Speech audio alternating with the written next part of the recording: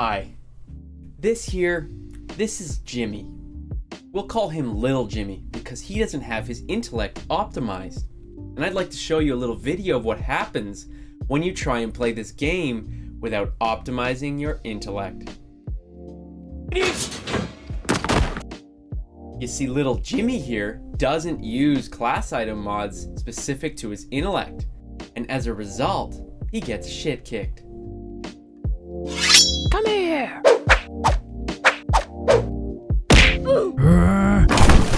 Me again. That's right. This is a depiction of someone with very optimal intellect in their build.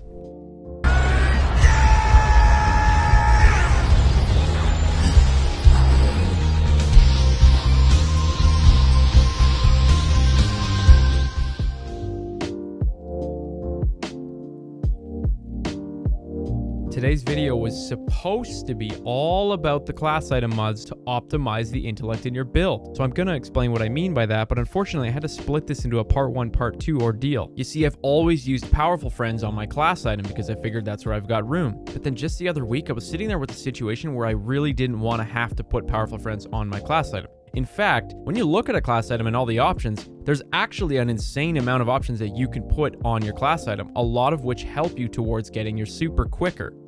A perfect example of this is that I was in a situation where I could either put an intellect mod plus pump action or no intellect mod plus double pump action. And then it kind of hit me that I didn't actually know which one would be better.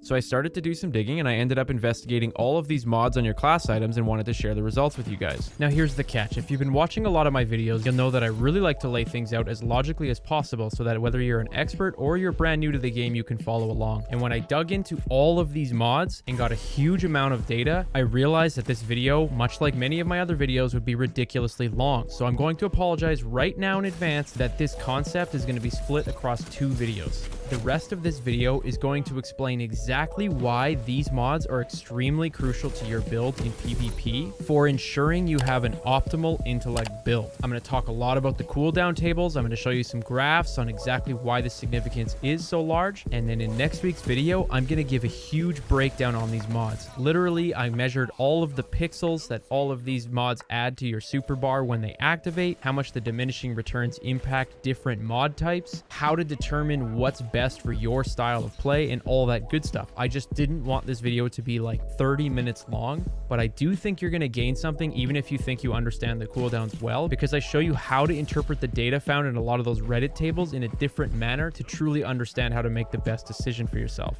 Now, beginning with the basics. What the hell is intellect? It's big dick energy. No, it isn't, Earl. It's just a gear stat. It's right here on your character, and it determines how fast we generate our super energy. As we all know, the range is from 1 to 10 for gear stats, so at 0, you'll get your super the slowest, and at 10, you'll get it the fastest. If you'd like some help determining what the best number is for your style of play on these other ones, like grenade energy, for example, I have another video linked above where I show exactly what your optimal numbers would be. But back onto the subject. As many of you likely know, at the beginning of Shadowkeep, someone made a Reddit post where they had gone through and they recorded all of the cooldown times for all of the stats. So in some cases for mobility, it wasn't a cooldown time, it was more so an increase in speed.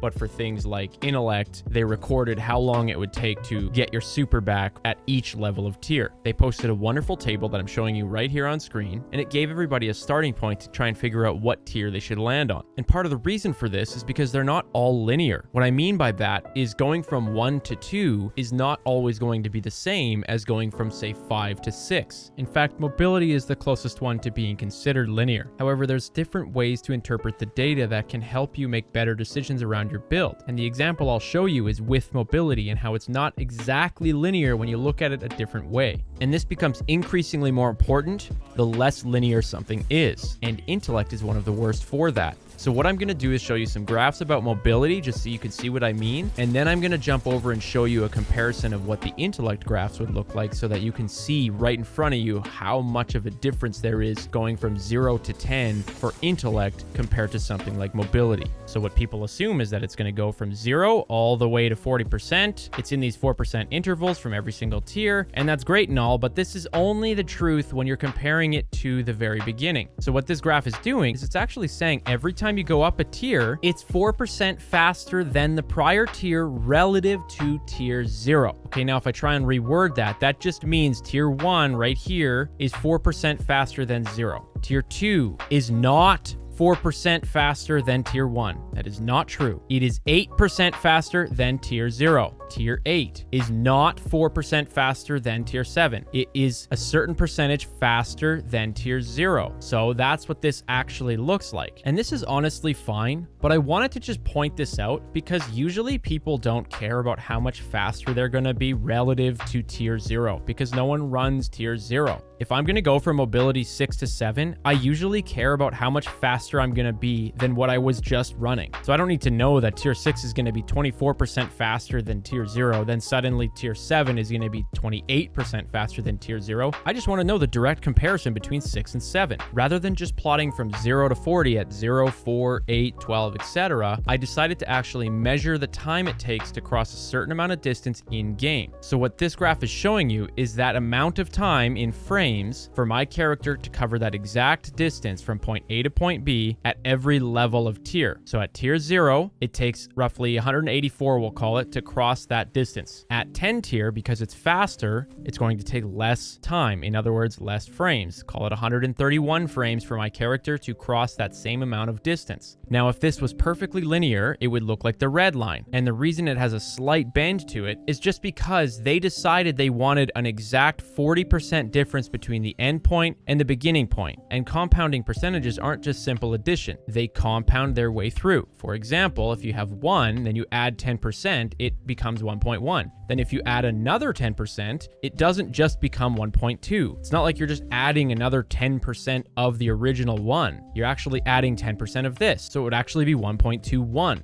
That's all. It's basically linear. I just wasn't surprised when I plotted all of my points that it looked something like this. To show you what I mean in a slightly different way, you can see that going from 0 to 1 in this graph added an exact 4%. Then going from 1 to 2 added slightly less, just under 4%. Now, to me, this is pretty good. You can see that every time you go up in mobility, you're helping yourself a little bit less relative to the one before. It just means if you're currently running a 4 mobility and you go to 5, you're going to be 3.5% faster than what you were at 4. And it's not like it's that much worse than going from 0 to 1. This is a pretty darn good graph. Now that you understand the importance of interpreting data the right way, I wanted to show you what this looks like for Intellect and why Intellect is even worse. This is that same beginning graph where I show the percentage faster relative to tier 0. So every single one of these is being compared back to tier 0, just like the whole mobility case. This is plotting the amount of time in seconds. This is actually wrong. I'm an idiot. This is not frames. This is in seconds for you to get your super energy, all right? No kills, just sitting there waiting for your super energy. It's essentially plotting all of the cooldown times from that table in this graph. So at tier 0, it takes a long time. It takes over 420 seconds just to get your super. At tier 10, it takes a lot less time. It takes just over 220 seconds to get your super. This is a pretty steep line here. So every time you go up a tier from 0 to 3, you're actually gaining a huge amount of progress. Or in other words, you're cutting a lot of time off of the amount of time you need to get your super. Then after tier 3, it takes a sharp bend. And from 3 to say 7, it's a completely different slope. Then from 7 to 10, it's increasingly slower. So if I go to that bar chart and show you what those percentages are from one tier relative to the one prior, because again, I care more about how much intellect I'm going to get from 2 to 3, not necessarily from 3 to 0 versus 2 to 0. Look at the jumps from 0 to 1. It's like a 13% jump. Then from 1 to 2, it's another 11% jump. Now remember, that's 11% from 1. Then 2 to 3, it's an even bigger jump. It's over 14%, say 14.5% to go from 2 to 3. The point I'm trying to make is that look at the huge amount of jump you get at the beginning of your intellect stats versus later on. The percentages relative to the one prior become less and less. You kind of have these 3 segments in my opinion, from 0 to 3, then 4 to 7, then 8 to 9. If you prefer the one where I show the raw time cut from your super, 0 to 1 cuts 50 seconds right out the gate. That was 7 minutes and 12 seconds at 0, jumping down to I think 6 minutes and 22 seconds if I've got that math right. Then from 2 to 3, it's something like a 43-second jump, down from whatever the time was at 2. the time that you're cutting from one tier to the next become way smaller later on in the intellect game. And you have to question yourself, are these ones worth it or are they not worth it? So I highly recommend that people get their intellect up a certain point, let's say, and then stop right there. Like 6 intellect is plenty. And then use other means to push your intellect or your super recharge rate beyond that boundary. You have much better options to reduce your super recharge rate than to just keep bumping up your intellect, say from 6 to 10. Going from tier 6 to 10 in the intellect stat really hinders your character in other stats that can gain way more benefit, because that's 40 stats. And if you look at something like the grenade graph, for example, maybe it looks something like this, and it's really linear at the beginning. Maybe it's more linear all the way through. So these 40 points could be better used at an earlier stage in a different gear stat.